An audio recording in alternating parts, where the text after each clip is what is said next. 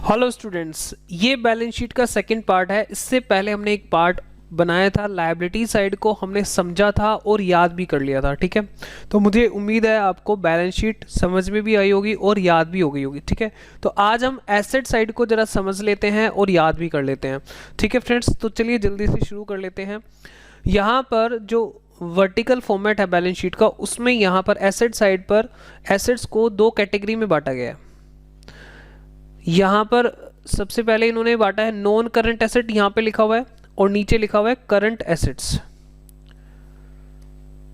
ठीक है, नीचे क्या है, करंट से। तो दो कैटेगरी में इन्होंने एसेट्स को बांट दिया। नॉन करंट एसेट्स ऊपर है और नीचे करंट एसेट्स हैं।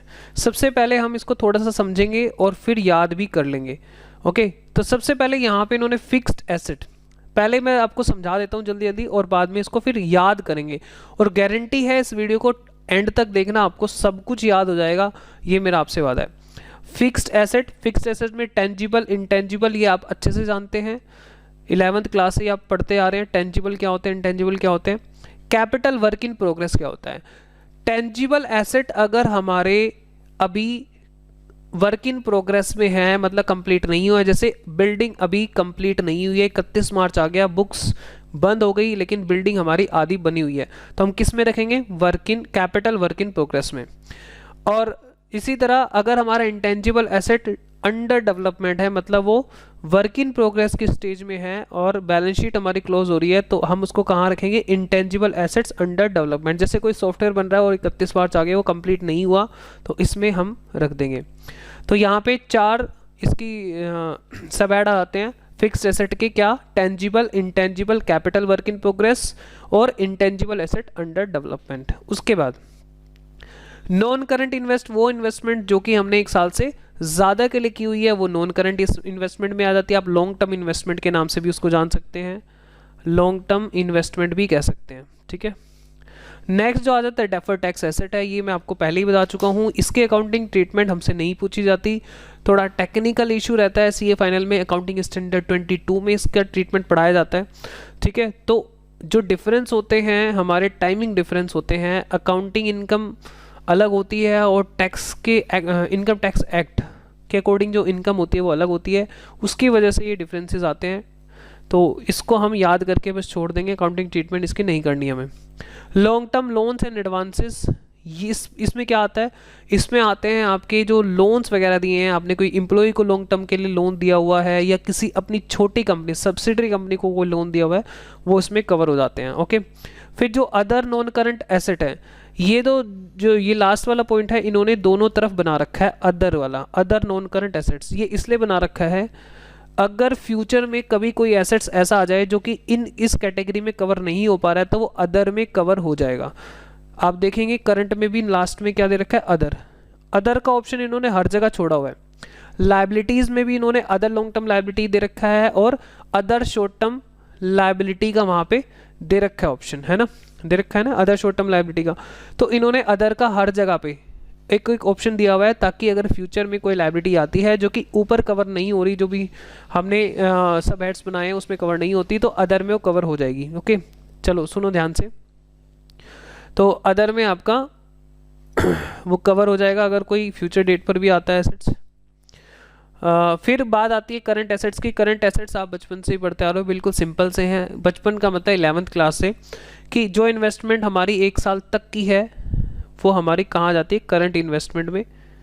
उसके बाद आता है इन्वेंट्री, अपना स्टॉक है ये। ट्रेड रिसीवेबल क्या है, अपना debtors and BR, bill receivable.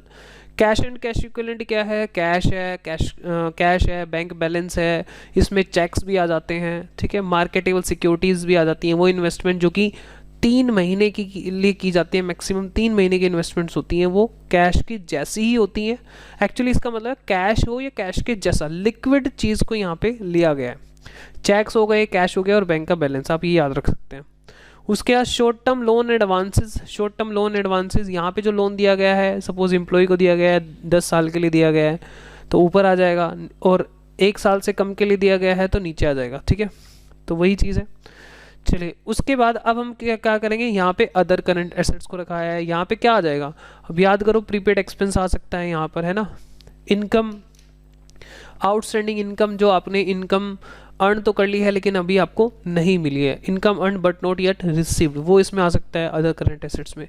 तो अदर का इन्होंने हर जगह बनाया है, ठीक है। चलो इसको कैसे याद रखना है, आइए वो टेक्निक समझते हैं कैसे इसको याद रख सकते हैं हम, ठीक है।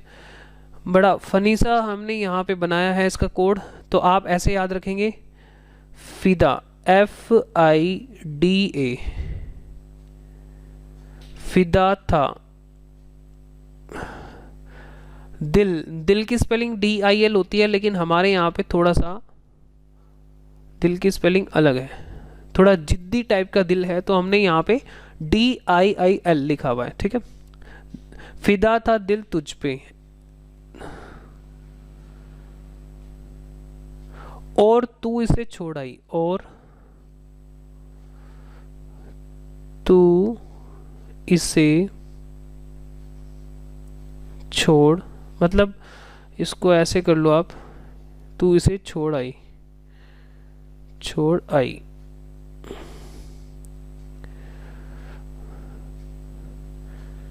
कुछ कैश की खातिर।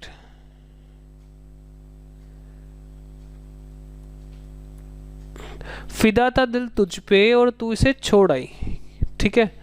अच्छा देखो ध्यान से, कैसे याद रखेंगे, एफ से क्या बनेगा, फिक्स्ड एसेट, एफ से क्या बन जाएगा, fixed asset.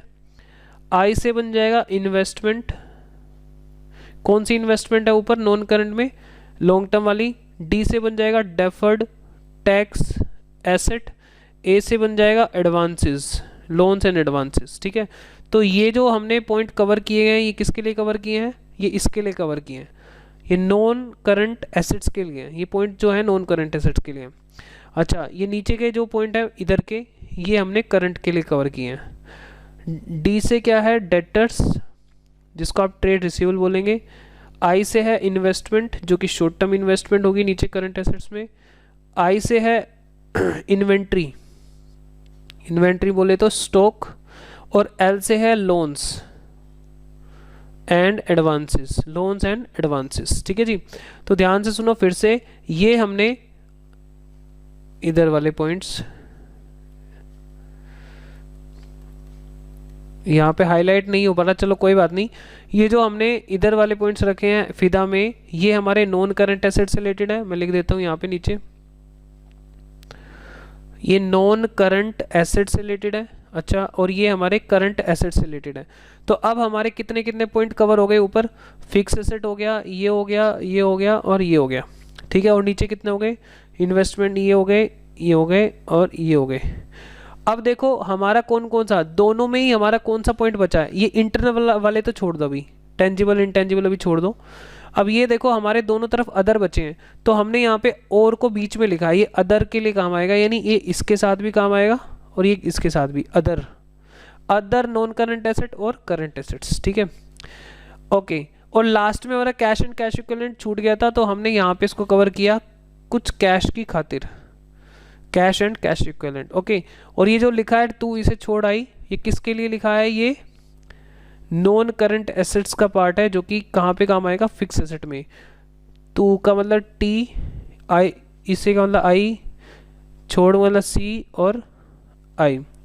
Tangible, intangible, capital work in progress और इंटेंजिबल एसेट अंडर डेवलपमेंट, ठीक है। तो ये इस तरीके से आपको याद हो जाएगा, ओके ठीक है फ्रेंड्स। तो मुझे बताना आपको ये वीडियो कैसी लगी और आपको इससे कुछ हेल्प हो पा रही है नहीं हो पा रही है, ठीक है। तो जैसा भी हो आप मुझे बताना ज़रूर। हाँ कुछ स्टूडेंट ये सोच रहे होंगे कि भाई ये कहानी क्या है कि फिदा था दिल तुझ पे और तू इसे छोड़ आई। एक्चुअली क्या है मैं बताता हूँ। एक मुंबई में एक लड़का होता है, एक दिल्ली होती है, वो एक लड़की होती है जो दिल्ली में रहती है। वो क्या करती है, मुंबई में पढ़ने जाती है, अपने अंकल जी के यहाँ पढ़ने जाती है। मुंबई कॉलेज के अंदर वो लड़का उसको मिलता है, फ्रेंड्स बन जाते हैं आपस में, ठीक है। अब होता क्या है कि उसकी जो जॉब होती है लड़की की, वो दिल्ली में आके लगती है, ठीक है। दिल्ली में उसकी जॉब लगती है, तो वो दिल्ली वापस लौट आती है। और लड़का जो होता है उसको प्रपोज नहीं कर पाता मुंबई में रह के। तो अब वो क्या होता है कि वो दिल्ली उससे मिलने आता है, ठीक है। फ्रेंड्स है तो दिल्ली मिलने आता है। तो जब वो उससे मिलने आता है तो उस वक्त की ये बात है, तो वो ये कह रहा है, अब वो लड़का उस लड़की के सामने ये बात कह रहा है, फिदा था दिल तुझ पे और तू उसे छोड़ आई कुछ कैश की खातिर। ठीक है, तो अब आपको मेरी बात समझ में आ गई होगी। तो ये कोड आपको याद दिला देगा ये पॉइंट्स। तो मुझे बताना ज़रा कमेंट्स करके कि कौन सी बात आपको सबसे अच्छी लगी इस वीडियो में। ठीक है फ्रेंड्स, ऐसे ही वीडियोस और आती रहेंगी, लेकिन आप अपना प्यार बनाए रखिए। आपके सपोर्ट के बिना हम कुछ भी नहीं है। तो प्लीज़ आप अपने कमेंट्स और प्यार देते रहिए। Thank you so much for watching this video. Bye bye.